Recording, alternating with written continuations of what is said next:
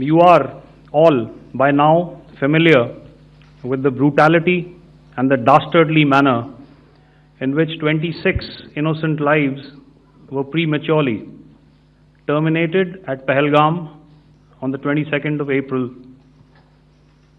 When you combine those horrific scenes and the pain of the families that the nation witnessed with numerous other recent terrorist strikes on our armed forces and defenseless civilians, we knew that the time had arrived to make yet another compelling statement of our resolve as a nation. Operation Sindoor was conceptualized with a clear military aim to punish the perpetrators and planners of terror and to destroy their terror infrastructure. What I do not state here, of course, is the often stated determination of India and its intolerance to terror. It set into motion a very diligent and microscopic scarring of the terror landscape across the borders and the identification of terror camps and training sites. The locations that emerged were numerous, but as we deliberated more, we realized that some of these terror hubs were now bereft of any presence and had preemptively been vacated, fearing retribution from us. There was also a term of reference and our own binding, self-imposed restriction to target only terrorists and thus prevent collateral damage. There were 9 camps that you are now all familiar with, which were confirmed by our various intelligence agencies to be inhabited. Some of these were in POJK, while there were others that were located in the Punjab province in Pakistan. Nefarious places such as Muridke, the hub center of the Lashkar-e-Taiba, has over the years bred infamous characters such as Ajmal Kasab and the likes of David Headley. What followed was a careful scrutiny of each of these sinister locations, their layout, configuration, even the type of construction in each structure, and the terrain obtained around these.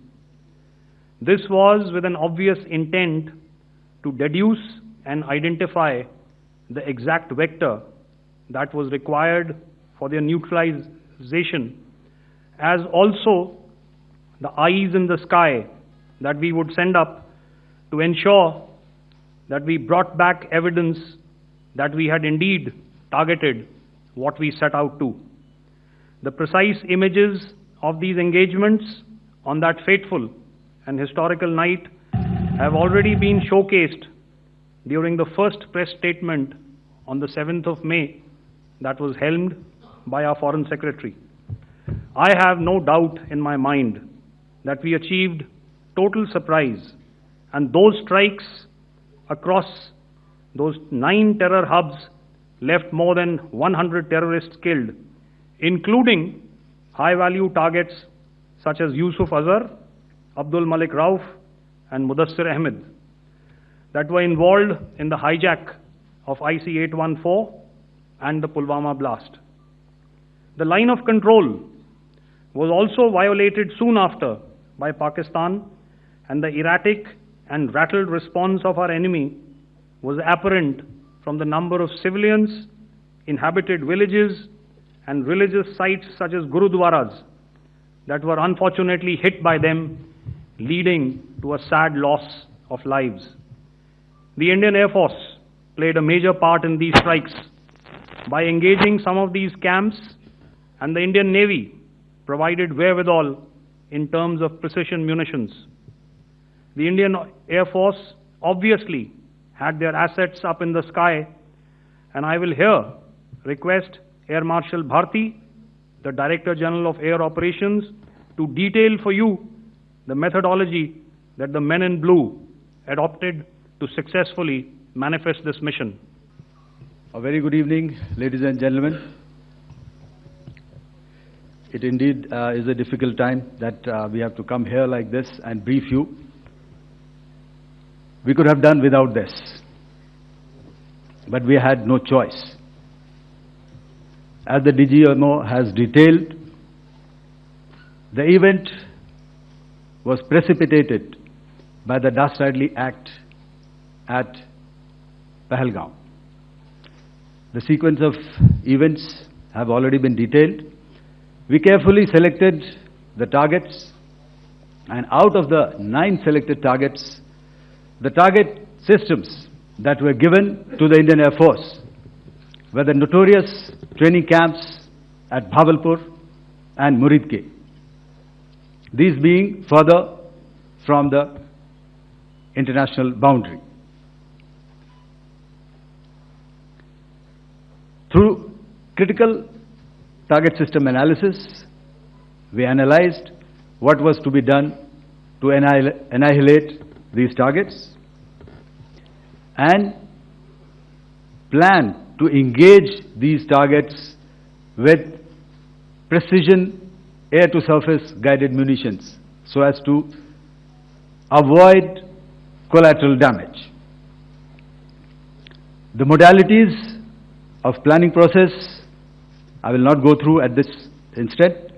However, what I would like to show you is the results that we achieved through our targeted airstrikes.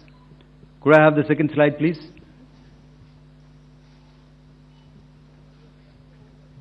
Yeah, change, please.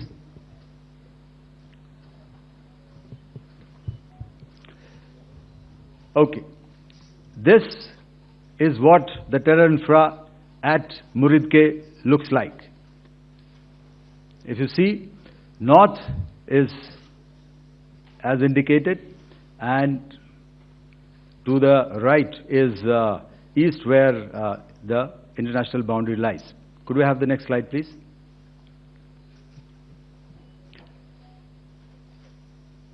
Orientating.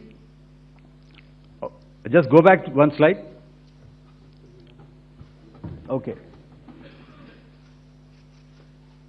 Please have a look at this red building, the series of buildings out here, and this empty ground. Next. If you relate, the empty ground is here, and you see this is the first weapon that is impacting. This is the impact point number 1 on Muridke training camp with our precision guided weapons on early morning 7th. Next, please. Keep your eyes glued for the second weapon coming in and the second impact on the selected target point. Next slide, please.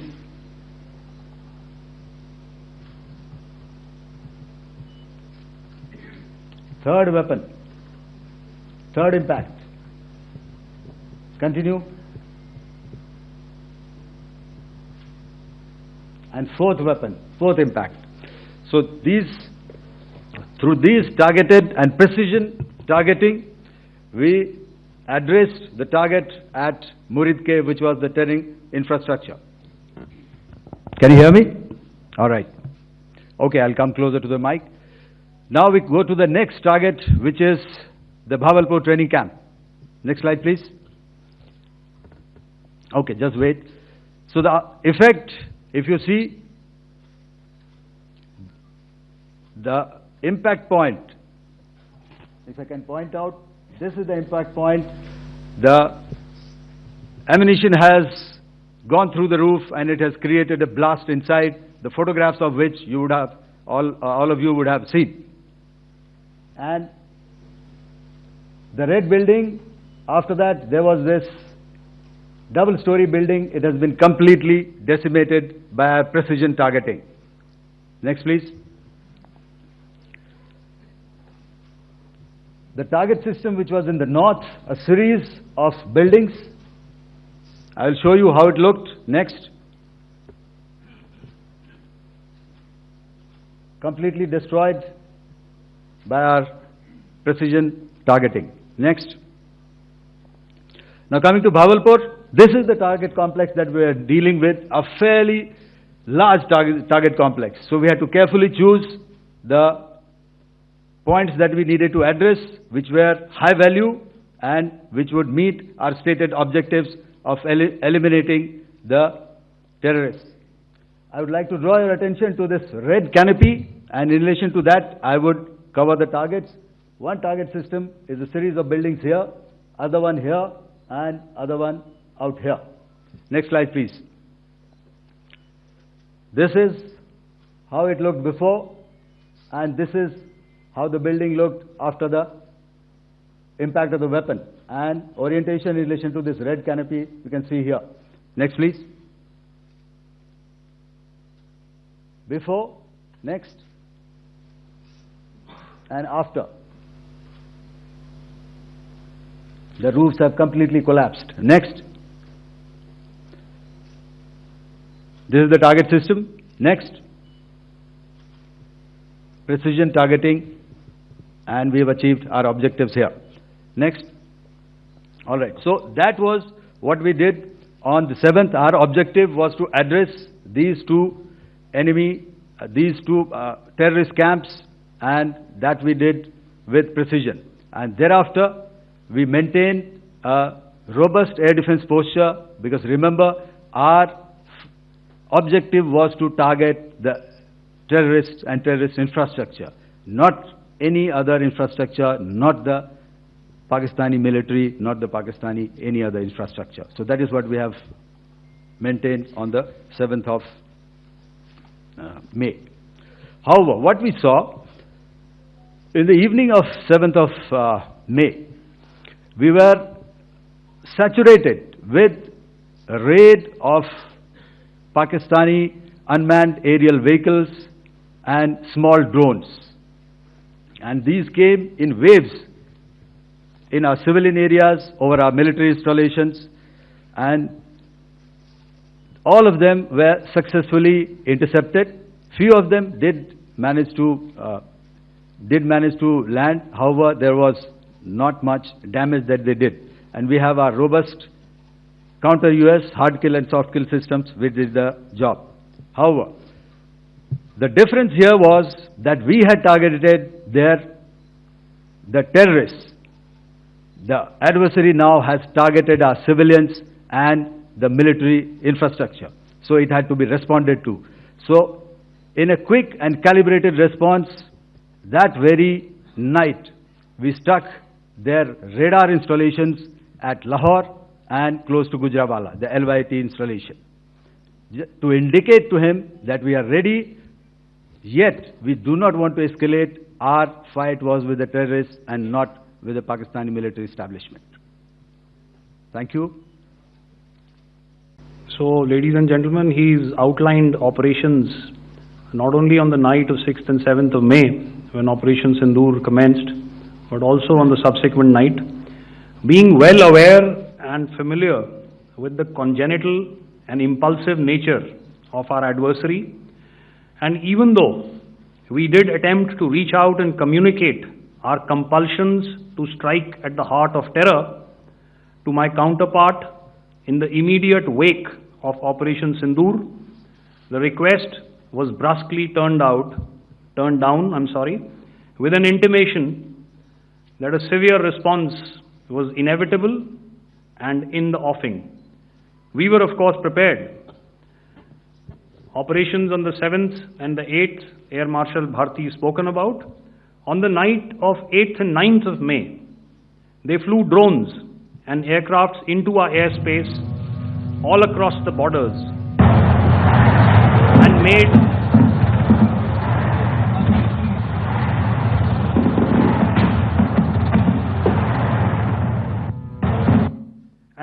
largely unsuccessful attempts to target numerous military infrastructure. Violations on the line of control by Pakistan also commenced yet again and precipitated into fierce arty engagements. The air operations on the night of 8th and 9th of May, I'll yet again request the DG Air Operations to cover.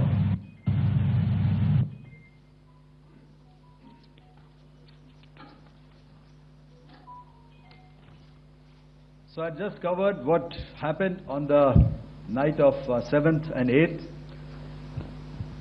What we found that on the night of 8th and 9th, starting as early as 22:30 hours, our cities had a mass raid of drones, unmanned aerial vehicles, UCAVs, starting right from Srinagar, going down right up to Nalia.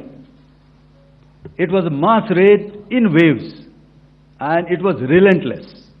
However, we were prepared, and our air defense preparedness ensured that there is no damage on ground or to any of the intended targets that the enemy might have planned for. The difference between 7th night and 8th night was that on 7th night, he sent in his Jihad class of UAVs. However, these UAVs can go some distance, they are armed.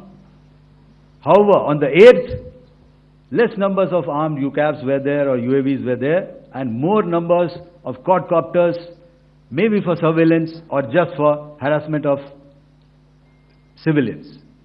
This continued till midnight. Our air defense preparedness ensured that there was no damage on the ground, either to the military installations or to the civilians.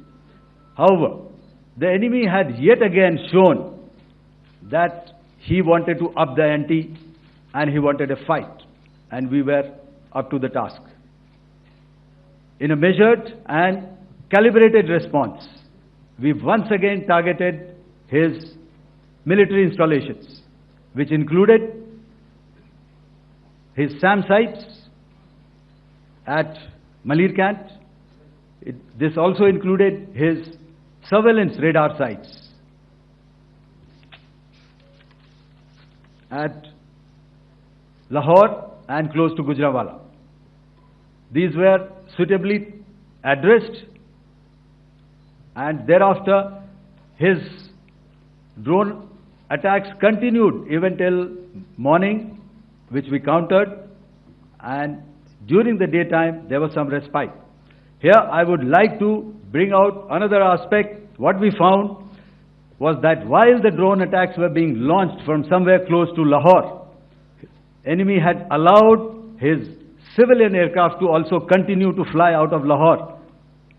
Not only his own aircraft, but international passenger aircraft, which is quite insensitive, and we had to exercise extreme caution, even at the cost of some tactical disadvantage, to ensure that there is no damage to any of the civilian aircraft.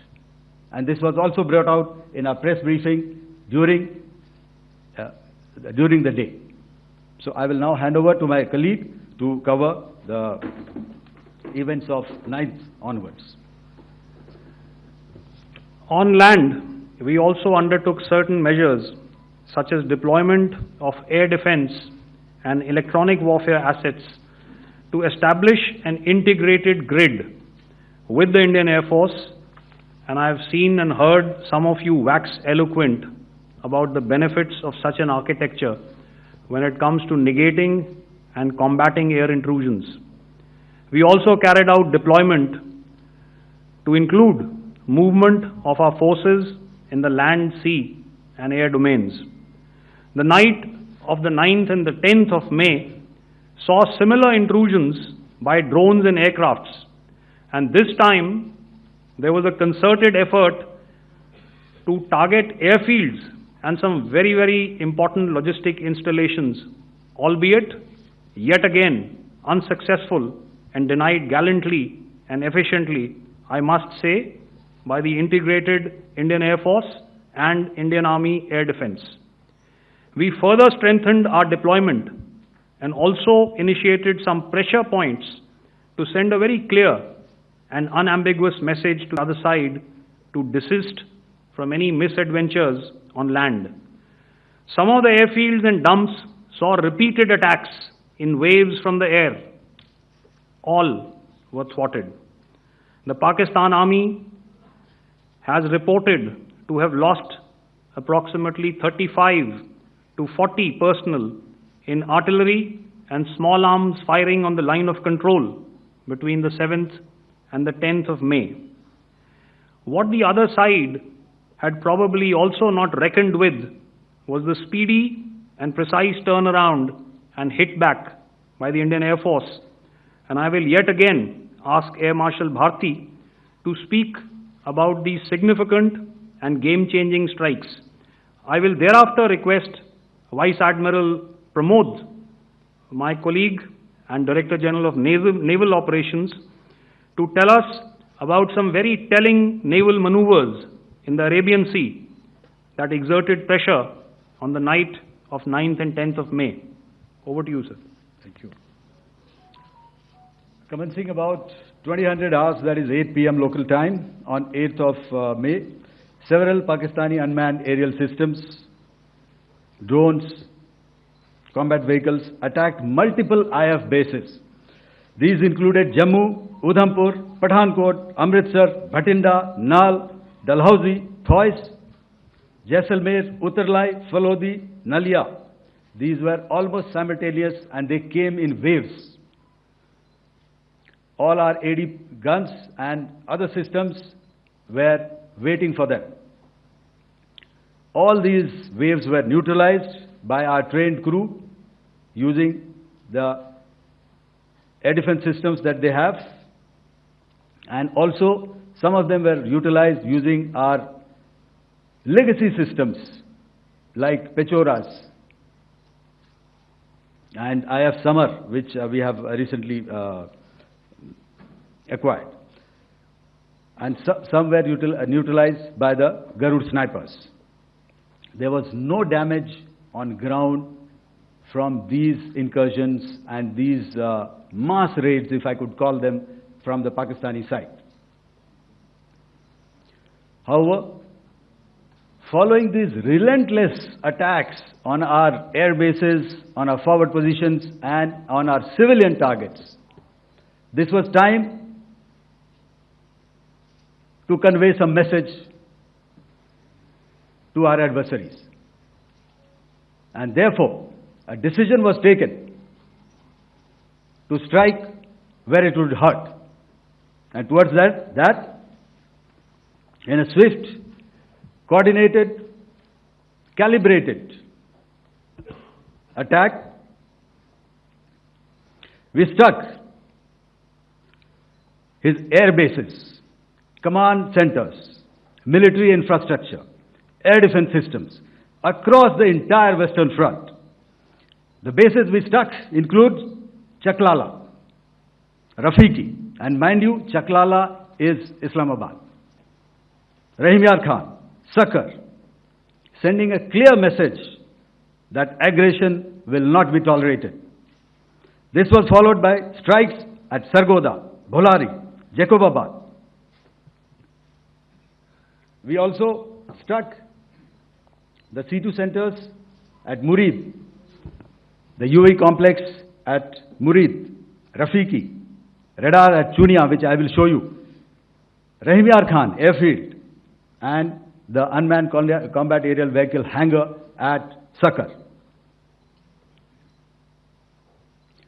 I would like to reiterate here that we have the capability to target every system at these bases and more. About 2000 hours, that is 8 p.m. local time, on 8th of May, several Pakistani unmanned aerial systems, drones, combat vehicles attacked multiple IF bases.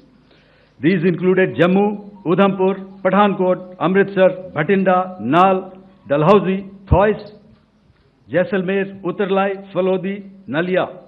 These were almost simultaneous and they came in waves. All our AD guns and other systems were waiting for them. All these waves were neutralized by our trained crew using the air defense systems that they have, and also some of them were utilized using our legacy systems like Pechoras and IF Summer, which we have recently acquired. And some were neutralized by the Garud snipers. There was no damage on ground from these incursions and these mass raids, if I could call them, from the Pakistani side. However, following these relentless attacks on our air bases, on our forward positions, and on our civilian targets, this was time to convey some message to our adversaries. And therefore, a decision was taken to strike where it would hurt.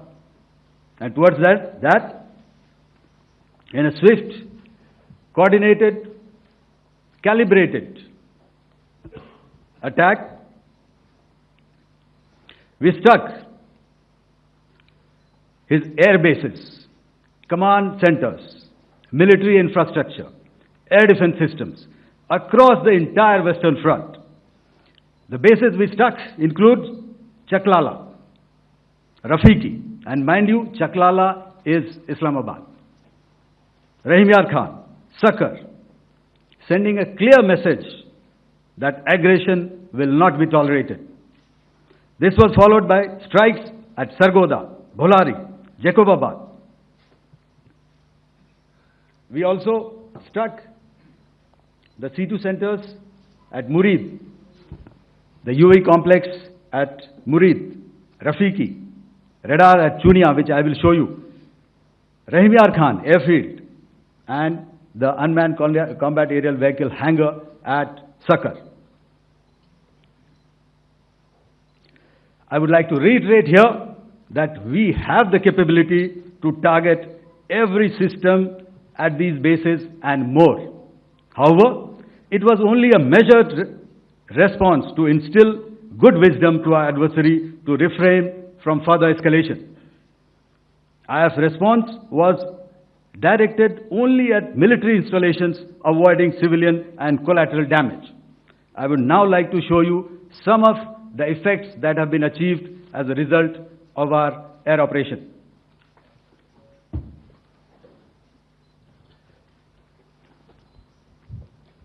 Here is the Pasrur air defense system, if you could see. Zoomed up view, this is the radar mounted on a high tower. And after the strike,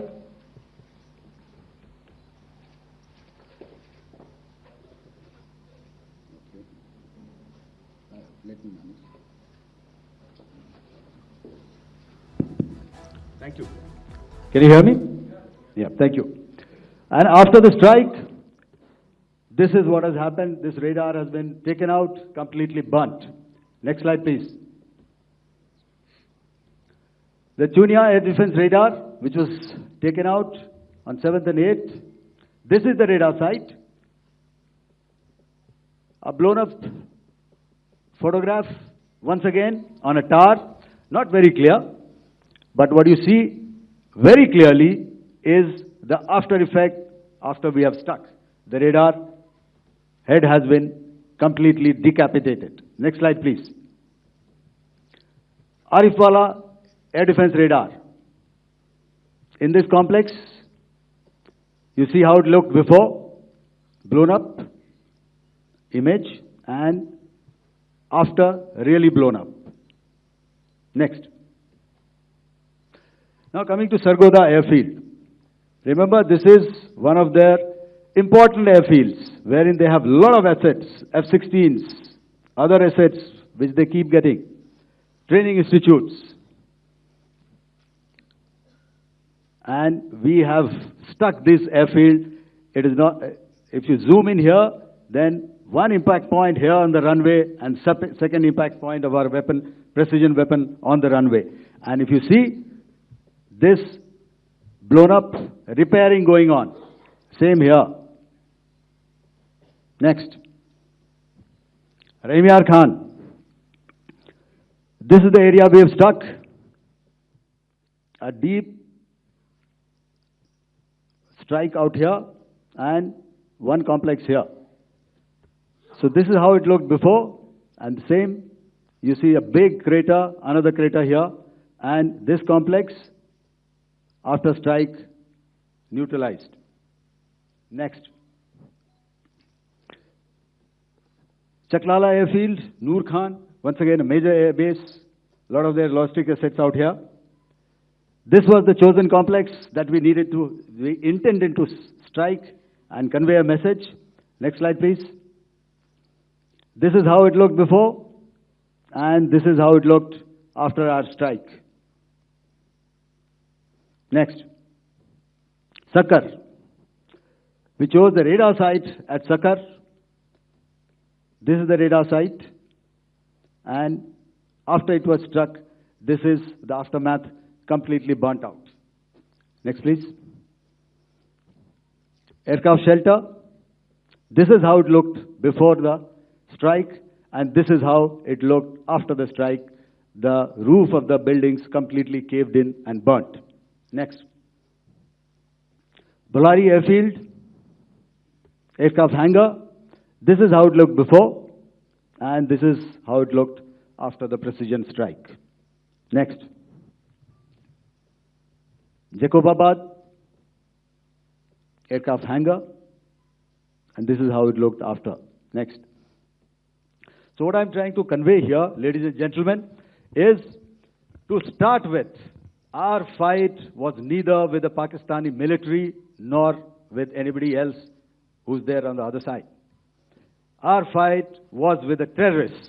We neutralized the terrorists that we selected to be neutralized, and thereafter we only maintained the air defense posture. However, we were relentlessly pounded by waves after waves, night after night, by his UCAVs, by his drones, and by his other unmanned aerial systems. And that left us with no choice but to retaliate, and yet our retaliation was calibrated. Aftermath of the cowardly attacks on innocent tourists at Pahalgam in Jammu and Kashmir by Pakistani-sponsored terrorists on 22nd April, the Indian Navy's Carrier Battle Group, surface forces, submarines, and aviation assets were immediately deployed at sea with full combat readiness in concert with the Joint Operation Plan of the Indian Defence Forces. You may be aware that we tested and refined tactics and procedures at sea during multiple weapon firings in the Arabian Sea within 96 hours of the terrorist attack. The aim was to revalidate our crew, armament, equipment, and platform readiness to deliver various ordnance on selected targets precisely. Thereafter, our forces remained forward deployed in the Northern Arabian Sea in a dissuasive and deterrent posture with full readiness and capacity to strike select targets at sea and on land, including Karachi at time of our choosing. The forward deployment of the Indian Navy compelled Pakistani naval and air units to be in a defensive posture, mostly inside harbors or very close to the coast, which we monitored continuously. The Indian Navy maintained seamless maritime domain awareness throughout the duration and was entirely aware of the location and movement of Pakistani units. In effect, we had and continue to have good battle space transparency using our maritime domain awareness grid. As you are aware, our response has been measured, proportionate, non-escalatory, and responsible from day one. Accordingly, the calibrated approach considered all options, including the ability of the Indian Navy for offensive action from and at sea. As part of this escalation control mechanism, the application of force by the Navy was planned in a synchronized manner in coordination with the Army and Air Force, the highlight being teams from the three services working closely in an integrated manner. Along with the kinetic actions by the Indian Army and Indian Air Force, the overwhelming operational edge of Indian Navy at sea contributed towards Pakistan's urgent request for a ceasefire yesterday. As we speak, Indian Navy remains deployed at sea in a credible deterrent posture to respond decisively to any inimical action by Pakistan or Pakistan-based terrorists. Thank you. Samno Varna, Jai Hind. Now I'll hand over to Director General Military Operations for further proceedings. Ladies and gentlemen, on the 10th of May, in the morning, even as we were getting into a huddle to wargame the events of the previous night, a routine exercise, I received a message on hotline from my counterpart in Pakistan seeking my willingness to communicate. Since our initial aim was to strike at terror camps, and all our actions in the subsequent days were in response to the intrusions and violations by the Pakistan Air Force and its army, it was decided that I would indeed speak with my counterpart. You are already aware, I've seen it being covered on national television, that my communication with the Pak DGMO was conducted at 15:35 hours yesterday and resulted in cessation of cross-border firing and air intrusions by either side with effect from 1700 hours, 10th of May, after he proposed that we cease hostilities. We also decided to further speak on the 12th of May, that's tomorrow, at 1200 hours, to discuss the modalities that would enable the longevity of this understanding. However, disappointingly, and must I add, expectedly, it took only a couple of hours for the Pakistan Army to violate these arrangements by cross-border and across the line of control firing, followed by drone intrusions across the expanse of the Western Front, through last night and in the early hours of the morning today. These violations were responded to robustly and dealt with as they must be. We have earlier today sent another hotline message to my counterpart highlighting these violations of the understanding between the DGMOs on the 10th of May and our firm and clear intent to respond to these fiercely and punitively, if repeated tonight, subsequently, or later. In this regard, I must inform all of you that the Chief of Army Staff has earlier today conducted a security review and has granted full authority to our Army commanders for counter-actions in the kinetic domain in case of any violation by Pakistan. In the end, I pay my solemn homage to my 5 fallen colleagues and brothers from the armed forces and civilians who have tragically lost their lives in Operation Sindoor. Our hearts go out to the bereaved families, and we express our solidarity to them in this lifetime and beyond, at this grave juncture in their lives. Their sacrifices shall always be remembered and spoken of in glowing terms by a grateful nation. We have thus far, ladies and gentlemen, exercised, and my colleague Pramod highlighted this, immense restraint, and our actions have been focused, measured, and non-escalatory. However, any threat to the sovereignty, territorial integrity, and safety of our citizens will be met with decisive force. Jai Hind. Hi, sir. Good evening. This is Shivam Patel from Reuters News Agency. Thank you for giving me the opportunity. My question, sir, is how many military targets did Indian Armed Forces strike in Pakistan in response to the attacks from Pakistan? How were these targets selected? And how many troop casualties have been there in total on both sides, if you can give details? Thank you. I'm sorry, where are you? I haven't spotted his name. Here's to the right. Okay. Can you just repeat that for me, please? Sure, sir. So my name is Shivam Patel. I'm from Reuters News Agency. My question is, how many military targets in total did the Indian Armed Forces strike in Pakistan in response to the attack from Pakistan? How were these targets selected? And how many troop casualties have been there on both sides, if you can? So you're speaking of the targets that I mentioned in the wake of the attack at Pahalgam, right? Military targets, after full response. Yeah, I think it's amply clear to everybody here that the Pakistan army has not crossed the international boundary, neither in the plain sector nor on the line of control. So the intrusions have been in the air. There have been certain attempts on the line of control when ceasefire violations have been on to try and infiltrate and carry out and perpetrate activities that we are all very well familiar with.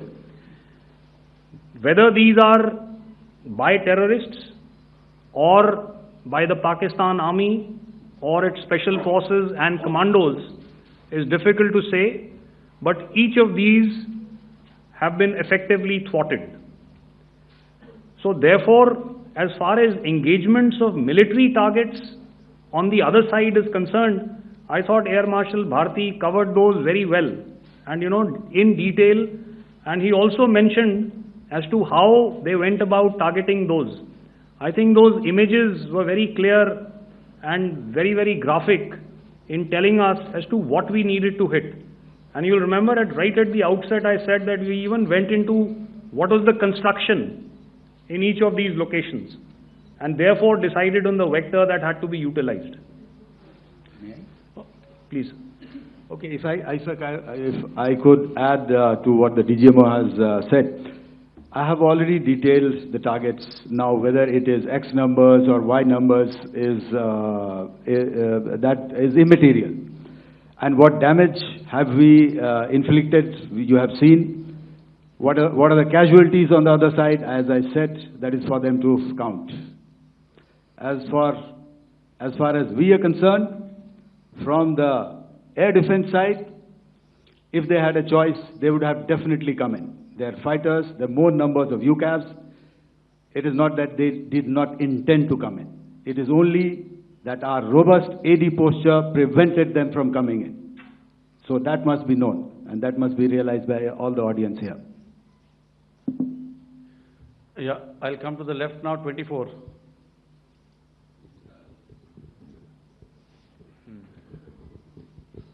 Good evening, sir. This is Anuvesh Rath from Z. Sir, I wanted to know on the first briefing, which was done by FS and two representatives from Air Force and Army, you showed a list where there was 21 places in that list. You have stuck 9. Are more operations going to be held? Is Operation Sindoor still on? And the second question, thank you, sir. Thank you so much. And also, I want to congratulate all three of you for a fantastic operation that you guys have done. Thank you so much. Thank you so much for that one question. Yeah. Sir, the question. Unfortunately, Rath, is that your name? I'm sorry. As far as operational details are concerned, I am not in a position to share those right now. But I think I'll take a cue from Pramod. He said towards the end that the Indian Navy is still in a posture that is deterrent. And I have already made it very clear towards the end of what I said that it's only a couple of hours ago that the Chief of Army Staff has carried out a security review and he's authorized our Army commanders to deal with violations of any kind from across the borders in a manner that they deem fit. So again, to reiterate, the response will be fierce and it will be punitive.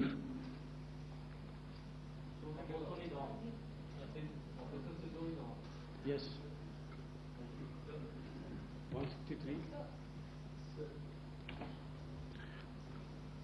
I'll go back this side now.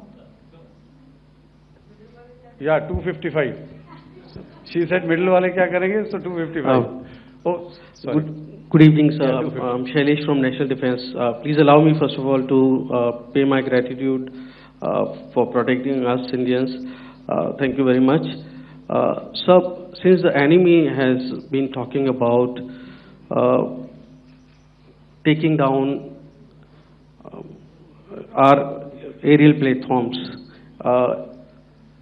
it would be deemed fit in case we can reveal that we have taken down their fighter jets. What could be the number? Though you said that they may be not good to reveal the platforms, but since this has come from various quarters in Pakistan, so I believe that we need to answer, in case if you can, sir, if you may allow. The question is for me? Yes, sir. Okay, and if I get it right, you want to know how many of their planes we have downed? Yes, sir. Yes, sir. All right. See, as I said, their planes were prevented from coming inside our border. All right. So we do not have the wreckage with us, but definitely we have downed a few planes. Numbers, we would not like to hazard a guess out here. Okay. I have the numbers. Okay, and we are getting into the technical details of it to establish it. So I would not like to put a figure at this time, but definitely there are losses from their side which we have inflicted. Were they, please don't ask. were they fourth generation plus, sir? See, you're putting words into my mouth. Why do you say fourth generation? Let us make it high tech. Okay. Thank you so much, sir. All right. Yeah, 163.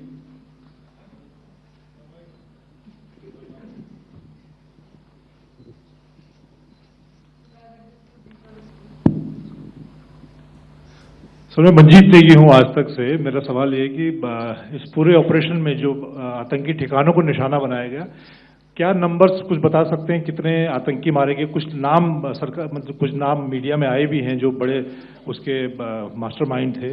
और एक सवाल जो आज air force ने भी एक tweet किया कि ऑपरेशन सिंदूर अभी जारी है और सरकार की तरफ से भी कहा गया। और पिछली बार जब विदेश मंत्रालय की प्रेस कॉन्फ्रेंस पहली हुई थी उसमें वो लिस्ट दिखाई गई थी कि 21 टेरर कैंप आइडेंटिफाई किए गए हैं। तो क्या जो बाकी बचे हुए टेरर कैंप हैं उन पर भी कार्रवाई होगी? और एक नंबर अगर आप बता पाएं कितने टेररिस्ट मारे गए? Sir, before you answer, sir, before you. Manjeet ji, 3 questions. The third one has just been asked here before. So 21 this thing. So I'll request the first to be answered so that we have more number of people who can ask. Manjeet, जब मैंने statement दिया तो मैंने शुरू में ही कहा कि जैसे ही ऑपरेशन सिंदूर कॉन्सेप्चुअलाइज हुआ तो हमारा जो पीछे की कार्रवाई होती है स्पेड वर्क और टारगेट्स को आइडेंटिफाई और एनालाइज करने की कार्रवाई शुरू हो गई थी। मैंने जब स्टेटमेंट दिया तो मैंने बताया कि बहुत सारे थे, हमने 21 दिखाए होंगे और भी हैं, लेकिन वो लिस्ट फिल्टर करते करते 21 तक पहुंची। अब क्या आगे एंगेज किए जाएंगे? अगर ज़रूरत पड़ेगी तो ज़रूर एंगेज किए जाएंगे, लेकिन मैंने बताया कि इस समय जो इंट एजेंसीज ने हमें बताया कि फलाने कैंप में प्रेजेंस है, हमने उनको एंगेज किया। कुछ नाम मैंने लिए, कुछ नाम अभी पुख्ता किए जा रहे हैं। मैंने आपको बताया कि जो इंट एजेंसीज ने अभी तक असेसमेंट किया है उसमें उन्होंने कहा है कि तकरीबन 100 से ज़्यादा मारे गए हैं। और एक आज आपने तस्वीर भी देखी कि काफ़ी प्रोमिनेंट जो फ्यूनरल था, काफ़ी प्रोमिनेंट एक जो हस्ती हैं वो ऑर्गेनाइज कर रहे थे और उस फ्यूनरल में और कौन कौन लोग अटेंड कर रहे थे वो तो आपने देखा ही।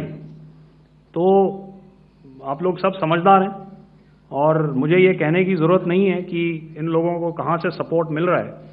अगर नहीं मिल रहा होता तो ऑपरेशन सिंदूर नहीं होता, तो उसी की वजह से है ये ऑपरेशन। तो मेरे ख्याल से मैंने आपके सारे सवालों का जवाब दे दिया। Ma'am. Sir, next is from 17. ಮತ್ತಷ್ಟು ಮಾಹಿತಿಯನ್ನ ಕೊಡ್ತಾರೆ ನ್ಯೂಸ್ ಎಡಿಟರ್ ರಾಘವೇಂದ್ರ ಗುಡಿ ನೇರ ಸಂಪರ್ಕದಲ್ಲಿ ಜಾಯ್ನ್ ಆಗಿದ್ದಾರೆ. ರಾಘವೇಂದ್ರ ಗುಡಿ, ಇವತ್ತಿನ ಆಪರೇಷನ್ ಸಿಂಧೂರ ಸುದ್ದಿಗೋಷ್ಠಿ ಸಾಕಷ್ಟು ಪ್ರಾಮುಖ್ಯತೆಯನ್ನ ಪಡ್ಕೊಂಡಿತ್ತು, ಹಾಗೆ ಹಲವು ವಿಶೇಷತೆಗಳನ್ನ ಕೂಡ ಇದು ಪಡ್ಕೊಂಡಿತ್ತು. ಆದ್ರೆ DGMO ಮಾಹಿತಿಯನ್ನ ಕೊಟ್ಟಂತಹ ಪ್ರಕಾರ ನಾವು ಪಾಕ್ನ ವಿರುದ್ಧವಾಗಿ ಯಾವ ರೀತಿ ದಾಳಿಯನ್ನ ನಡೆಸಿದ್ವಿ, ಯಾವ ರೀತಿಯಾದಂತಹ ಶಸ್ತ್ರಾಸ್ತ್ರಗಳನ್ನ ನಾವು ಈ ಸಂದರ್ಭದಲ್ಲಿ ಯೂಸ್ ಮಾಡ್ಕೊಂಡ್ವಿ, ಹಾಗೆ ನಮ್ಮ ಭಾರತೀಯ 3 ಸೇನೆಗಳು ಯಾವ ರೀತಿಯಾಗಿ ಕಾರ್ಯಪ್ರವೃತ್ತರಾಗಿತ್ತು ಅನ್ನೋದ್ರ ಬಗ್ಗೆ ಸುದ್ದಿಗೋಷ್ಠಿ ಇತ್ತು. ಇನ್ನು ನೀವು ಇದನ್ನ ಓವರ್ ಆಲ್ ಎಕ್ಸ್ಪ್ಲೈನ್ ಮಾಡ್ತಾ ಹೋದ್ರೆ. ಈ ಸಂಪೂರ್ಣವಾಗಿರ್ತಕ್ಕಂಥ ಸುದ್ದಿಗೋಷ್ಠಿಯನ್ನ ಗಮನಿಸಿದಾಗ 3 ವಿಷಯಗಳು ಇಲ್ಲಿ ಪ್ರಾಮುಖ್ಯತೆಯನ್ನ ಪಡೆದುಕೊಳ್ತವೆ. ಮೊದಲನೇ ವಿಷಯ ಸ್ಪಷ್ಟವಾಗಿರ್ತಕ್ಕಂಥದ್ದು, ನಮ್ಮ ಕೆಲಸ ಟಾರ್ಗೆಟ್ ಅನ್ನ ಹಿಟ್ ಮಾಡುವಂತದ್ದು, ಶತ್ರುಗಳ ಹೆಣಗಳನ್ನ ಎಣಿಸೋದಲ್ಲ. ಈ ಮಾತುಗಳಿದಾವಲ್ಲ, ಇದು ಪಾಕಿಸ್ತಾನದಲ್ಲಿ ಎಂತ ದೊಡ್ಡ ಮಾರಣ ಹೋಮವನ್ನ ನಮ್ಮ ಸೇನೆಗಳು ಮಾಡಿದಾವೆ. ಅದರಲ್ಲಿರ್ತಕ್ಕಂಥ ಆ ಟೆರರಿಸ್ಟ್ ಇನ್ಫ್ರಾಸ್ಟ್ರಕ್ಚರ್ ಏನಿದೆ, ಭಯೋತ್ಪಾದಕರು ಏನಿದ್ದಾರೆ, ಅವರನ್ನ ಹೇಗೆ ಮಟ್ಟ ಹಾಕಲಾಗಿದೆ ಅನ್ನುವಂಥದ್ದಕ್ಕೆ ಒಂದು ಮಾತಾಗುತ್ತೆ. ಇನ್ಫ್ಯಾಕ್ಟ್ ನಮ್ಮ ಈ ಒಂದು ಗಡಿಯಲ್ಲಿ ಸಂಬಂಧಪಟ್ಟ ಹಾಗೆ ನಾವು ನೋಡಿದಾಗ, ಅಂದ್ರೆ ಈ ನಾವು ಜಮ್ಮು ಕಾಶ್ಮೀರದ ಗಡಿ ಪ್ರದೇಶಕ್ಕೆ ಸಂಬಂಧಪಟ್ಟ ಹಾಗೆ ನೋಡಿದಾಗ 35ರಿಂದ 40 ಜನ ಪಾಕಿಸ್ತಾನಿ ಸೈನಿಕರು ಸತ್ತೋಗಿದ್ದಾರೆ. ಯಾಕಂದ್ರೆ ನಮ್ಮ ಮೇಲೆ ಅವರು ಒಂದು ಗಡಿಯಾಚೆ ದಾಳಿಯನ್ನ ಮಾಡುವಂತದ್ದು, ಈ ಲೈನ್ ಆಫ್ ಕಂಟ್ರೋಲ್ ನಲ್ಲಿ ಸೀಸ್ ಫೈರ್ ವೈಲೇಷನ್ ಅನ್ನ ಮಾಡಿ ಇಲ್ಲಿ ಸಾಕಷ್ಟು ಜನಸಾಮಾನ್ಯರನ್ನ ಟಾರ್ಗೆಟ್ ಮಾಡ್ಲಾಗ್ತಾ ಇತ್ತು.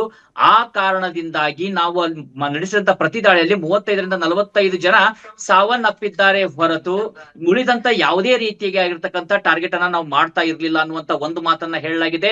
ಎರಡನೇ ಅತ್ಯಂತ ಪ್ರಮುಖವಾಗಿರ್ತಕ್ಕಂಥ ಮಾತು, ಸಾಕಷ್ಟು ಮಾತುಗಳು ಕೇಳಿ ಬರ್ತಾ ಇತ್ತು. ನಮ್ಮ ರಫೇಲ್ ಅನ್ನ ಹೊಡೆದಿದ್ದಾರೆ ಪಾಕಿಸ್ತಾನದವರು, ಪಾಕಿಸ್ತಾನಿಯರಂತೂ ಹೇಳ್ಕೊತಾ ಇದ್ರು 5 ರಫೇಲ್ ಹೊಡೆದಿದ್ದೀವಿ, 10 ಹೊಡೆದಿದ್ದೀವಿ. ಆ ಪ್ರಧಾನಮಂತ್ರಿ ಪುಣ್ಯಾತ್ಮ ಶಹಬಾಜ್ ಶರೀಫ್ ಅಂತೂ ಹೇಳುವಂತ ಸಂದರ್ಭದಲ್ಲಿ ಹೇಳಿದ್ದು, ನಾವು ಭಾರತದ 36 ರಫೇಲ್ಗಳಲ್ಲಿ 50 ಹೊಡೆದಿದ್ದೀವಿ ಅಂತ. ಪುಣ್ಯಾತ್ಮ ಅದ್ ಯಾವ ನಿದ್ದೆಗಳಲ್ಲಿ ಬಂದಿದ್ದೋ ಏನೋ ಗೊತ್ತಿಲ್ಲ, ಒಟ್ಟಲ್ಲಿ 36 ರಫೇಲ್ಸ್ ಗಳಲ್ಲಿ 50 ರಫೇಲ್ಸ್ ಗಳನ್ನ ಅವ್ರು ಹೊಡೆದಿದ್ದೀವಿ ಅನ್ನುವಷ್ಟರ ಮಟ್ಟಿಗೆ ಕೂಡ ಹೇಳಿಕೆಗಳನ್ನ ಕೊಡ್ತಾ ಇದ್ರು. ಅದಕ್ಕೂ ಕೂಡ ಸ್ಪಷ್ಟವಾದಂತ ಉತ್ತರವನ್ನ ಕೊಟ್ಟಿದ್ದಾರೆ ನಮ್ಮ ಏರ್ಫೋರ್ಸ್ ನ ಡಿಜಿ AM AM ಅವರು. ಅವ್ರು ಹೇಳಿರ್ತಕ್ಕಂಥ ಮಾತು ಸ್ಪಷ್ಟವಾಗಿರ್ತಕ್ಕಂಥದ್ದು ಇಷ್ಟೇ ಚೈತ್ರ, ಯುದ್ಧ ಅಂದ ಮೇಲೆ ಸಾಕಷ್ಟು ಕೆಲವೊಮ್ಮೆ ನಮ್ಮ ಕಡೆನೂ ಹಾನಿಗಳಾಗ್ತವೆ. ಆದ್ರಂತೂ ನಾವು ಒಂದು ಸ್ಪಷ್ಟವಾಗಿ ಹೇಳ್ತೀವಿ, ನಮ್ಮ ಪೈಲಟ್ಸ್ ಏನಿದ್ದಾರೆ ಎಲ್ಲರೂ ಕೂಡ ಸೇಫ್ ಆಗಿ ಮರಳಿ ನಮ್ಮ ದೇಶಕ್ಕೆ ಬಂದಿದ್ದಾರೆ. ಇದರ ಅರ್ಥ ನಮ್ಮ ಡ್ರೋನ್ಗಳು ಹೋಗಿರಬಹುದು ಅಥವಾ ನಮ್ಮ ಅನ್ಮ್ಯಾರ್ಡ್ ಏರಿಯಲ್ ವೆಹಿಕಲ್ ಗಳು ಹೋಗಿರಬಹುದು, ಆದ್ರೆ ನಮ್ಮ ರಫೇಲ್ ಆಗಲಿ ಸುಖೋಯ್ ಆಗಲಿ ಯಾವುದೇ ರೀತಿಯಾಗಿರ್ತಕ್ಕಂಥ ಫೈಟರ್ ಜೆಟ್ ಗಳಿಗೆ ಯಾವುದೇ ತೊಂದರೆ ಆಗಿಲ್ಲ ಅನ್ನೋದು ಕೂಡ ಸ್ಪಷ್ಟವಾಗಿ ಹೇಳಿರುವಂತದ್ದು. ಮೂರನೇ ಪ್ರಮುಖವಾಗಿರ್ತಕ್ಕಂಥದ್ದು, ನಾವು F-16 ಅನ್ನ ಹೊಡೆದಿದ್ದೀವಾ ಅನ್ನುವಂಥದ್ರ ಬಗ್ಗೆ ಸಾಕಷ್ಟು ಸಂದೇಹಗಳಿತ್ತು, ಸಾಕಷ್ಟು ಪ್ರಶ್ನೆಗಳು ಕೂಡ ಮೂಡ್ತಾ ಇತ್ತು. ಅದಕ್ಕೂ ಸಂಬಂಧಪಟ್ಟ ಹಾಗೆ ನಮ್ಮ ಸೇನಾಧಿಕಾರಿಗಳು ಇವತ್ತು ಹೇಳಿರುವಂತ ಮಾತೇನಂದ್ರೆ, ನಾವು ಏನನ್ನ ಹೊಡೆದಿದ್ದೀವಿ ಯಾವುದನ್ನ ಹೊಡೆದಿದ್ದೀವಿ ಅಂತ ಹೇಳಿ ಹೇಳೋದಿಲ್ಲ. ಯಾಕಂದ್ರೆ ನಮಗೆ ಗೊತ್ತು, ನಮ್ಮ ಬಳಿಯಲ್ಲಿ ನಂಬರ್ಸ್ ಇದಾವೆ. ನಾವು 3-4 ಅಲ್ಲ ಜಾಸ್ತಿನೇ ಹೊಡೆದಿದ್ದೀವಿ, ನಮ್ಮ ಬಳಿಯಲ್ಲಿ ನಂಬರ್ಸ್ ಇದಾವೆ. ಆದ್ರೆ ನಮಗೆ ಸೂಕ್ತ ಸಾಕ್ಷ್ಯಾಧಾರಗಳು ಬೇಕು, ಅವುಗಳ ರೆಕೇಜ್ ಗಳನ್ನ ಸಿದ್ಧಪಡಿಸ್ಕೊಳ್ತಾ ಇದೀವಿ. ನಾವು ಒಂದು ಟೆಕ್ನಿಕಲ್ ಆಗಿರ್ತಕ್ಕಂಥ ಎವಿಡೆನ್ಸ್ ಅನ್ನ ರೆಡಿ ಮಾಡ್ತಾ ಇದೀವಿ. ಒಂದು ಬಾರಿ ಆ ಟೆಕ್ನಿಕಲ್ ಎವಿಡೆನ್ಸ್ ಸಿದ್ಧವಾದ ಬಳಿಕ ನಾವು ಜನಸಾಮಾನ್ಯರಿಗೆ ಅದರ ಬಗ್ಗೆ ಮಾಹಿತಿಯನ್ನ ಕೊಡ್ತೀವಿ ಅಂತ. ಈ ಸಂದರ್ಭದಲ್ಲಿ ಒಂದು ಪದವನ್ನು ಅವ್ರು ಬಳಸ್ತಾರೆ, ನೀವು ಬಳಸಿದಂತ ಈ ಏರ್ಕ್ರಾಫ್ಟ್ ಗಳು 4th ಜನರೇಷನ್ ಅಂತ ಹೇಳಿ ಪತ್ರಕರ್ತರು ಕೇಳ್ತಾರೆ. 4th ಜನರೇಷನ್ ಅನ್ನ ಯಾಕೆ ಅಲ್ಲಿ ಮುಖ್ಯವಾಗಿ ಹೇಳಲಾಯ್ತಂದ್ರೆ, F-16 ಅಂತಕ್ಕಂಥದ್ದು 4th generation multi role fighter jet ಆಗಿರ್ತಕ್ಕಂಥದ್ದು. ಅಮೆರಿಕ ಪಾಕಿಸ್ತಾನಕ್ಕೆ ಕೊಟ್ಟಿರುವಂತದ್ದು. ಭಯೋತ್ಪಾದಕನೆಯ ವಿರುದ್ಧ ಹೋರಾಟವನ್ನ ಮಾಡೋದಕ್ಕೆ ಅಮೆರಿಕ ಪಾಕಿಸ್ತಾನಕ್ಕೆ ದಾನ ಮಾಡಿರುವಂತದ್ದು ಈ F-16 ಭಯೋತ್ಪಾದನೆಯ ವಿರುದ್ಧ ಪಾಕಿಸ್ತಾನ ದಾಳಿ ಮಾಡಲಿ ಅಂತ ಹೇಳಿ ಕೊಟ್ಟಿರುವಂತದ್ದು. ಈ ಪದಗಳನ್ನ ಯಾಕೆ ಸ್ಟ್ರೆಸ್ ಮಾಡ್ತಿದ್ದೀನಿ ಅಂದ್ರೆ, ಇವೇ ಸಾಕಷ್ಟು ಇಲ್ಲಿ ಸುದ್ದಿಗಳನ್ನ ಹೇಳ್ತವೆ, ಸಾಕಷ್ಟು ವಿಚಾರಗಳನ್ನ ಬಹಿರಂಗ ಪಡಿಸುವಂತದ್ದು. ನಾವು ಅದನ್ನ ಹೊಡೆದಿದೀವ ಅಂತಕ್ಕಂಥ ಮಾತುಗಳನ್ನ ನೇರವಾಗಿ ಸಾಕಷ್ಟು ಜನರಲ್ಲಿ ಕೇಳ್ತಾ ಇತ್ತು. ಪತ್ರಕರ್ತರು ಈ 4th ಜನರೇಷನ್ ಫೈಟರ್ ಜೆಟ್ ಅನ್ನ ಹೊಡೆದಿದೀವಿ ಅಂದಿದ್ದಕ್ಕೆ ಅವ್ರು ಹೇಳಿದಂತ ಉತ್ತರ, ನಿಮ್ಮ ಮಾತನ್ನ ನನ್ನ ಬಾಯಲ್ಲಿ ನಾನು ಹೇಳೋದಕ್ಕಾಗೋದಿಲ್ಲ, ನಾವಂತೂ ಹೊಡೆದಿದೀವಿ. ಆದ್ರೆ ನಾನು ಒಂದು ಹೇಳಬಲ್ಲೆ, ಹೈಟೆಕ್ ಆಗಿರ್ತಕ್ಕಂಥದ್ದನ್ನ ಹೊಡೆದಿದ್ದೀವಿ. ಹೈಟೆಕ್ ಅಂದಾಗ ಅಗೇನ್ ಅವರಲ್ಲಿರ್ತಕ್ಕಂಥ ಮೋಸ್ಟ್ ಎಫಿಷಿಯಂಟ್ ಫೈಟರ್ ಜೆಟ್ ಯಾವುದು ಅಂತಂದ್ರೆ, ಪಾಕಿಸ್ತಾನದ ಬಳಿಯಲ್ಲಿ ಹೈಟೆಕ್ ಆಗಿರ್ತಕ್ಕಂಥ ಫೈಟರ್ ಜೆಟ್ F-16 ಗಳು. ಅಂದ್ರೆ F-16 ಗಳನ್ನು ನಾವು ಹೊಡೆದಿದ್ದೀವಿ, ಅವರ ಸೇನೆಯನ್ನೂ ಹೊಡೆದಿದ್ದೀವಿ, ಆ ಉಗ್ರಗಾಮಿಗಳನ್ನು ಹೊಡೆದಾಕಿದ್ದೀವಿ. ನಾವು ಏನ್ ಟಾರ್ಗೆಟ್ ಅನ್ನ ಮಾಡಿದ್ವಿ, 9 ಸ್ಥಳಗಳಲ್ಲೂ ಸಾಕಷ್ಟು ಹೈ ವ್ಯಾಲ್ಯೂ ಟಾರ್ಗೆಟ್ ಗಳನ್ನ ಹಿಟ್ ಮಾಡಿದೀವಿ. HVTಗಳನ್ನ, ಹೈ ವ್ಯಾಲ್ಯೂ ಟಾರ್ಗೆಟ್ ಗಳನ್ನ ಹಿಟ್ ಮಾಡಿದೀವಿ. ಅದರಲ್ಲಿ ಅಂತಾರಾಷ್ಟ್ರೀಯ ಭಯೋತ್ಪಾದಕರು ಇದ್ದಾರೆ, ಅಪ್ಕಮಿಂಗ್ ಭಯೋತ್ಪಾದಕರು ಇದ್ದಾರೆ, ಟ್ರೇನಿ ಭಯೋತ್ಪಾದಕರು ಕೂಡ ಇರುವಂತದ್ದು.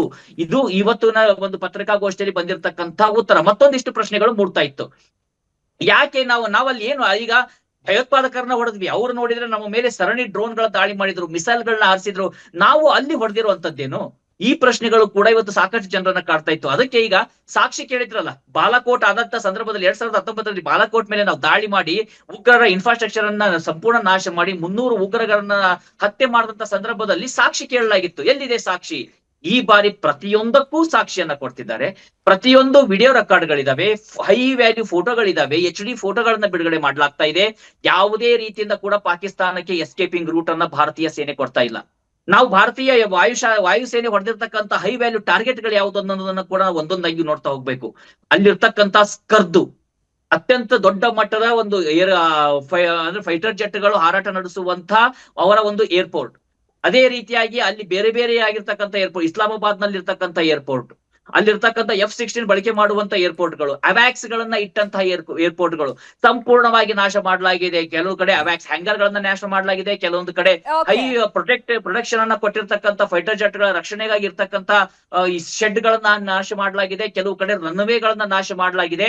ರನ್ವೇ ಗಳನ್ನ ನಾಶ ಮಾಡಿರೋದು ಒಂದೇ ಅಲ್ಲ ಚೈತ್ರ, ಆ ರನ್ವೇ ಗಳನ್ನ ಈಗ ರಿಪೇರಿ ಮಾಡ್ತಾ ಇದ್ದಾರೆ ಪಾಕಿಸ್ತಾನಿಯರು. ಆ ಫೋಟೋಗ್ರಾಫ್ಗಳು ಕೂಡ ನಮ್ಮ ಬಳಿಯಲ್ಲಿದ್ದಾವೆ. ಅಂದ್ರೆ ಪಾಕಿಸ್ತಾನಿಯರು ಏನೇ ಮಾಡ್ಲಿ, ಅವರು ಒಂದು ಹೆಜ್ಜೆ ಮುಂದೆ ಇಡ್ಲಿ, ತಲೆಯನ್ನ ಕೆರೆದುಕೊಂಡ್ರು ಕೂಡ ಅದರ ಫೋಟೋಗ್ರಾಫಿಗಳನ್ನ, ಅದರ ಎವಿಡೆನ್ಸ್ ಗಳನ್ನ ಭಾರತ ಕಲೆ ಆಗ್ತಾ ಇದೆ. ಅವರಿಗೆ ಪ್ರೈವೇಸಿ ಇಲ್ಲ. ಪ್ರತಿಯೊಂದನ್ನು ಕೂಡ ಭಾರತ ನೋಡ್ತಾ ಇದೆ. ಅವರ ಮನೆಯಲ್ಲಿ ಅಲ್ಲಿಯ ಸೇನಾಧಿಕಾರಿಗಳು ಏನ್ ಮಾಡ್ತಾರೆ ಅದನ್ನ ಕೂಡ ಗಮನಿಸುವಷ್ಟು ಇವತ್ತು ನಾವು ಟೆಕ್ನಾಲಜಿಯನ್ನ ಬಳಸ್ಕೊಳ್ತಾ ಇದೀವಿ. ಈ ಮೂರೂ ಜನರು ಇವತ್ತು ಮಾತನಾಡಿದಂತ ಮಾತುಗಳು ಖಂಡಿತವಾಗಿ ಕೂಡ ಪ್ರತಿಯೊಬ್ಬ ಭಾರತೀಯನಿಗೆ ಹೆಮ್ಮೆಯನ್ನ ತರ್ತಾ ಇದ್ದೇವೆ. ಪಾಕಿಸ್ತಾನಿಯರ ಸುಳ್ಳಿನ ಸೌಧವನ್ನ ಕಟ್ಟಿದ್ದಕ್ಕೆ ಅದೇ ನಮ್ಮ ಸ್ಕಾಲ್ಪ್ ಮಿಸೈಲ್, ಅದೇ ಬ್ರಹ್ಮೋಸ್ ಮಿಸೈಲ್ ಅನ್ನ ಇಟ್ಟು ಸಂಪೂರ್ಣವಾಗಿ ಉಡಿಸ್ ಮಾಡ್ದಂಗಾಗಿದೆ. ಅದು ಇವತ್ತಿನ ಪ್ರಾಮುಖ್ಯತೆ ಆಗಿರ್ತಕ್ಕಂಥದ್ದು Chaitra. Okay, thank you Raghavendra Gudi ತಮ್ಮೆಲ್ಲ ಇನ್ಫಾರ್ಮೇಶನ್ಗೆ. सर, मेरा नाम अंजू निर्वाण है, TV9 भारतवर्ष से। सर, मेरा सवाल ये है कि ऑपरेशन सिंदूर में हमारी जो इंडियन नेवी है उसके बारे में सर थोड़ा सा बताएं कि किस तरह की उसकी भूमिका रही, क्योंकि हमने इस दौरान सर देखा कि बहुत सारी स्पेकुलेशन भी रही और ये बोला गया कि कराची तक हमारी नेवी ने ऑपरेशन किया है। तो सर इस पर थोड़ी सी क्लैरिटी चाहिए। और सर हमने कौन कौन से फाइटर एयरक्राफ्ट डाउन किए हैं, अगर उसका भी थोड़ा सा क्लैरिटी मिल जाए तो अच्छा रहेगा। तो मैं आपका पहले सवाल का जवाब दूंगा. I will make few sentences and leave it for your imagination. First of all, as I mentioned, we have quantitative and qualitative edge to deliver a massive blow to our adversary, and we completely dominate in the maritime front. Indian Navy's action is part of the escalation ladder mechanism which we have worked out amongst 3 services. This time, if Pakistan dare take any action, and Pakistan knows it, what we are going to do. That's all. Okay. आपके सवाल का जवाब मैं पहले दे चुका हूं. आपके सवाल का जवाब मैं पहले दे चुका हूं, इसलिए मैं बस उस तक ही सीमित रखूंगा और इतना कहना चाहूंगा कि आने वाले दिनों में आपको खुद ही पता चल जाएगा और ऐसी बातें छुपी नहीं रहती हैं, तो पता चल जाएगा. So at this time we'll just let it be. Okay, ladies and gentlemen, we have 1 or 2 more questions, sir. So, please, they are going to be outside. You can speak to them there also. 104.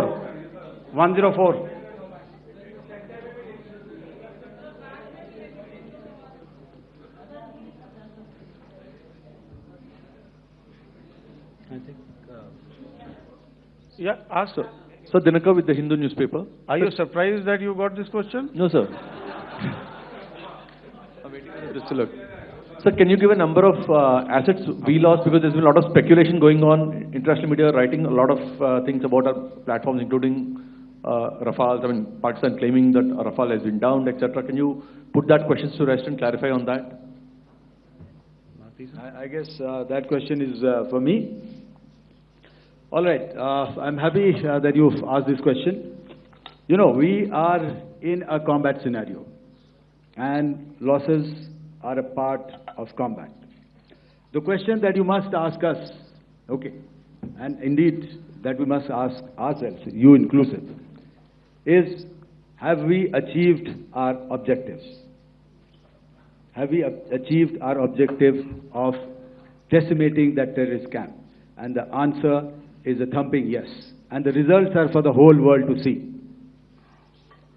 As for the details, what could have been, how many numbers, which platform did we lose? You know, at this time, I would not like to comment on that because we are still in a combat situation. And if I comment on anything, it will only be adversary. So we don't want to give him any advantage at this stage. All I can say is that we have achieved our objectives that we selected, and all our pilots are back home. Thank you. Okay, hold. Please don't. Please be civil here. So we'll have 220 now. Hello sir, this is Anita Chaudhary sir from Swadesh newspaper. मेरा सवाल है, क्योंकि ये हमारे जो पहले जो action रहा वो आतंकवाद के खिलाफ रहा, तो आतंकवाद में अजहर मसूद की तरफ से एक बयान जारी किया गया था जिसमें उन्होंने कहा कि हम इसका बदला लेंगे और जाज रुलाएंगे। तो क्या अगला, अगर खुदा न खास्ता अगला टेरर अटैक किसी भी तरह का होता है, तो क्या उसे एक्ट ऑफ वॉर में हमारी तरफ से लिया जाएगा और उसका क्या माकूल जवाब दिया जा सकता है? मेरा इसमें सिर्फ एक ही जवाब है आपके लिए कि हमने अपनी कार्रवाई करी। हमने उसके बाद मैंने अपने स्टेटमेंट में भी बताया कि ये कम्युनिकेट करने की कोशिश करी कि हमने इस तरीके से ये जो स्ट्राइक्स हैं वो क्यों की। लेकिन जो हमारा एडवर्सरी है उसने जैसे मुनासिब समझा वो कार्रवाई करी। तो आपने देखा कि ये जो एक्टिविटीज़ चल रही हैं 3-4 दिन से, ये कोई वॉर से कम नहीं है। नॉर्मल सर्कमस्टांसेस में एक दूसरे देश की एयरफोर्सेस हवा में नहीं उड़ती हैं और एक दूसरे के ऊपर स्ट्राइक्स नहीं करती हैं। हर रात इंट्रूजन्स नहीं होते हैं। लाइन ऑफ कंट्रोल पर सीज फायर वायोलेशंस, आपके एक साथी ने सवाल पूछा था शुरू में, एक सीज फायर अंडरस्टैंडिंग था, वो भी जा चुका है। उस सीज फायर अंडरस्टैंडिंग के जाते जो फायरिंग हो रही है लाइन ऑफ कंट्रोल में, उसमें घुसपैठ की कोशिश हो रही है। आमतौर पर ये घुसपैठ लाइन ऑफ कंट्रोल में टेररिस्ट करते हैं, लेकिन हमें इंफॉर्मेशन है कि हो सकता है ये पाकिस्तान आर्मी की टोलियां भी हों जो हमारे पोस्ट के ऊपर खामी पहुंचाने की कोशिश कर रही हैं। तो ये सारी एक्टिविटीज़ तो वॉर में शामिल हैं। तो ये कहना मुश्किल है कि आगे क्या होगा, वो स्पेक्यूलेटिव जोन में आ जाता है और मैं स्पेक्यूलेट नहीं करना चाहता हूँ। हर एक सिचुएशन अलग होती है और उससे एक तरीके से डील किया जाता है। सर मैं एक सवाल इसका मैं जवाब देना चाहता हूँ, 1 मिनट। जो मिलिट्री होता है, our main job is to prevent war and maintain peace and stability. So it is not that our response is a graded response. That means अगर किसी ने किया तो उसको graded उसमें किया, जैसे terrorist action हुआ तो what we did is the terrorist action and we destroyed all the terrorist camps. उसके बाद आपने देखा कि उनने थोड़ा सा कोशिश किया तो हमारे एयरफोर्स और आर्मी ने क्या किया, तो मिलिट्री टारगेट्स हैं उनके ऊपर थोड़ा। So our aim is to maintain peace and tell our adversary that you do this and the response will be bloody. Okay. Now, as per the, please, we'll have 166 and 25, and after that, no more, please. Sir, this side. Ladies and gentlemen, please maintain. I request you to please be quiet. Jal Ghai? No. This side, sir. We have only 2 questions left. 166. Yeah, please ask. So I'm Rahul Singh from Hindustan Times, sir. So you were totally on top of the game in the kind of losses you've inflicted on the enemy. I mean, we saw the slides and everything. So it kind of comes across that you were batting it 99 and you decided to declare your innings. What are your thoughts on that, sir? And do you think, are you weighing the option of the Pakistan army using this time, buying this time of the so-called ceasefire or the understanding? And you talked about how they could not be trusted. So buying time to kind of build up their war reserves, getting stuff from their friends like Turkey or China, are we considering that possibility, sir? Look, see, the call came from the Pakistani side to speak about cessation of hostilities. What pauses mean during such conflicts is known to everybody. I don't want to go into the pros and cons of how preparation for war is made. That is a process in itself. But I think my senior colleague here, the DG Air Operations, spoke, or he alluded at least, to what this operation was precisely and specifically meant for. And I think that's something that we achieved, right at the outset. Had we had the option not to go further, we probably wouldn't have. But we've been compelled to be in this situation. And as you've seen, the armed forces of India, and you've got the three Director Generals sitting here, we are always prepared to face any eventuality. And like I said, that's for the sovereignty, the territorial integrity, and the safety of our citizens.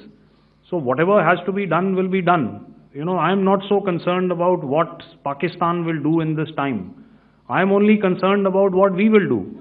We have a roadmap and a plan, and we will follow it diligently, and we will follow it to the T. That's the contention that I want to make here today. Ma'am, please. Okay, the last question, and ma'am, 25. She's been asking since the first one. Sir, I'm Nandita. Sir. She's not asking a question. Sir, I'm Nandita Dagar, DAGAR from DD News and DD India. Sir, I wanted to ask you that my question is to General Ghai. Sir, you spoke to your counterpart yesterday and the Pakistani counterpart. Sir, what is the Indian Army's assessment that despite that agreement, that talk that you had, despite that agreement coming into effect at 1700 hours yesterday, why did they violate it? And number two, yesterday at the Joint Defense Ministry and Foreign Ministry briefing, Wing Commander Vyomika Singh and Colonel Sophia Qureshi had told us that we have cited the Pakistani troops amassing at the borders and at the LOC. Sir, has that situation changed? Have they withdrawn? And sir, if in case, despite now there is a lull, of course, but if tonight again the enemy again carries out shelling and aerial intrusions through drones, what is going to be our response, sir? Thank you. So, without outlining the specifics of that response, I've already made it clear that there will be a response, and it will be fierce and it will be punitive. Why the Pakistan Army chose the option of violating the understanding that was arrived at earlier yesterday, I think that's a question that we best answered by the Pakistan DGMO. I wouldn't be able to, give you that. But, in situations such as these, and if you go back into any conflict, sometimes these understandings take time, to fructify and manifest on ground. But without, getting into the reasons, it is our mandate to be prepared at all times, and that we were. It's not as if because there was an understanding we weren't prepared. I must tell you that the armed forces were on a very, very high alert, and they continue to be in that state even as we speak. Oh, all right. Ladies and gentlemen, please, ma'am, please. Okay, thank you so much for coming today. Those who have missed asking a question, see, I knew I'll grab this attention from you like this. Those who have missed the opportunity to ask a question can give me a written one. I'll definitely get back to you with that. And also, they are they are invited for a cup of tea in my office day after tomorrow. Thank you, ladies and gentlemen, for coming. Thank you. Thank you very much. Jai Hind. Jai Hind.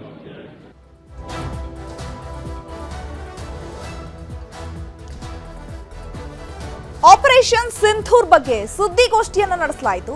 ಇಲ್ಲಿ ಕೆಲವೊಂದಷ್ಟು ವಿಚಾರಗಳನ್ನ ಕೂಡ ಸ್ಪಷ್ಟನೆ ನೀಡಲಾಯಿತು. ಆ ವಿಚಾರಗಳಿಗೆ DGMO lieutenant general Rajiv ಗಾಯ್ ಸುದ್ದಿಗೋಷ್ಠಿಯನ್ನ ನಡೆಸಿದ್ರು. ಹಾಗೆ ಈ ಪಾಕ್ ಮೇಲೆ ದಾಳಿ ಮಾಡಿದಂತಹ ಸಂದರ್ಭದಲ್ಲಿ ನಮ್ಮ ಭಾರತೀಯ ಮೂರೂ ಸೇನೆಗಳು ಯಾವ ರೀತಿ ಪ್ರಮುಖ ಪಾತ್ರವನ್ನ ವಹಿಸಿತ್ತು, ಪಾಕ್ ನೆಲೆಗಳನ್ನ ಯಾವ ರೀತಿ ಧ್ವಂಸ ಮಾಡಲಾಯಿತು, ನಮ್ಮ ಭಾರತೀಯ ಸೇನೆಯು ಬಳಸಿದಂತಹ ಶಸ್ತ್ರಾಸ್ತ್ರಗಳು ಯಾವ ರೀತಿಯಾಗಿ ಪಾಕ್ಗೆ ತಕ್ಕ ಪ್ರತ್ಯುತ್ತರವನ್ನ ನೀಡಿತು, ಹಾಗೆ ಪಾಕ್ನ ದಾಳಿಯಲ್ಲಿ ಅಂದ್ರೆ ಭಾರತ ನಡೆಸಿದಂತಹ ದಾಳಿಯಲ್ಲಿ ಎಷ್ಟು ಸೈನಿಕರು ಸಾವನ್ನಪ್ಪಿದ್ರು, ಹತ್ಯೆ ಆದ್ರು. ಯಾವುದೇ ಕಾರಣಕ್ಕೂ ಕೂಡ ನಾವು ನಾಗರಿಕರನ್ನ ಅಲ್ಲಿ ಟಾರ್ಗೆಟ್ ಮಾಡಿರಲಿಲ್ಲ. ನಾವು ಟಾರ್ಗೆಟ್ ಮಾಡಿದ್ದು ಬರೀ ಪಾಕ್ನ ಅಡಗುತಾಣಗಳು, ವಾಯು ನೆಲೆಯನ್ನ ಮಾತ್ರ.